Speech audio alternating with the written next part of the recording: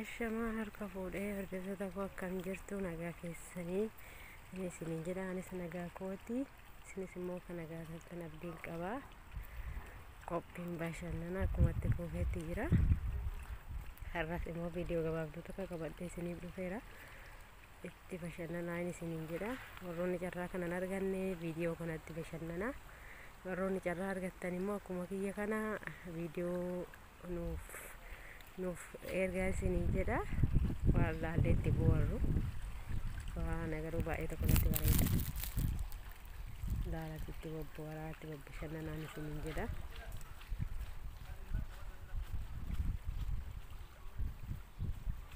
viidiyichi kana fakkaata.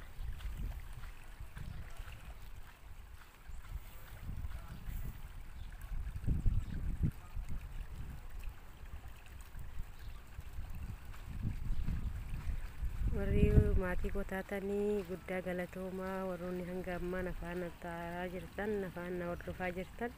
hundumti keessanuu guddaa galatoomaa warroonni sheerii laayikii naa godhaa jirtanis guddaa galatoomaan isiniin jedha warroonni maatii kontaan immoo dhuftanii akka maatii kootti dabalamtanis abdiin qaba kottaa maatii kootti dabalamaan isiniin jedha. yeroo yerootti waan baay'ee sirraa hubanna yeroo tokko tokko eebbonis jira mammaaksis jira yeroo tokko tokko viidiyoo baacoo isiniifan dhiyeessa laalaa itti bobbooraa itti bobbashannanaa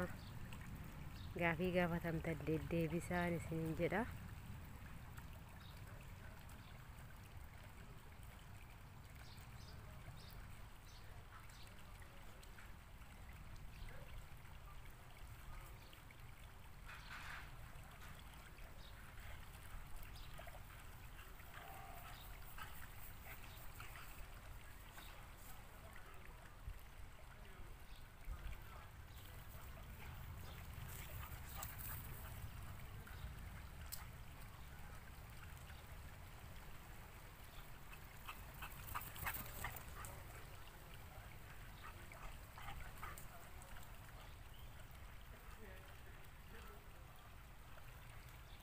Bishaanis jira qurxummiinis jira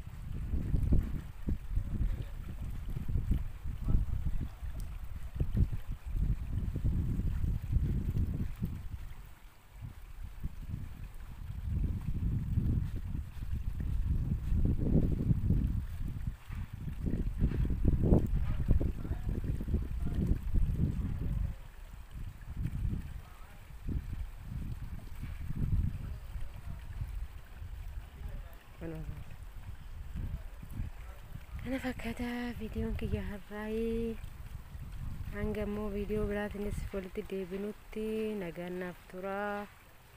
nagaa naaf ta'a bakka jirtanitti rabbiin isin haa eegu koronaa kanallee rabbiin isinirraa haa qabu dhukkuba kamiyyuu rabbiin isinirraa haa qabu rabbii keessan immoo kadhadhaa du'aayii keessan jabeeffadhaa amantaa keessaniin rabbiin argitanii hin danda'a dhukkuba kanallee akka nurraa kaasu inni isiniin jedha akkasitti rabbii keessan kadhaa hundumti keessanuu akka amantaa qabdaniini amantaan kiristaanas kan musliimaas hundi keessanuu isiniin jedha viidiyoon kiyya har'aa kana fakkaata yeroo biraatiin immoo viidiyoo biraatiin hanga walitti deebinutti nagaa keessanaaf tura nagaa keessanaaf jiraadhaan isiniin jedha.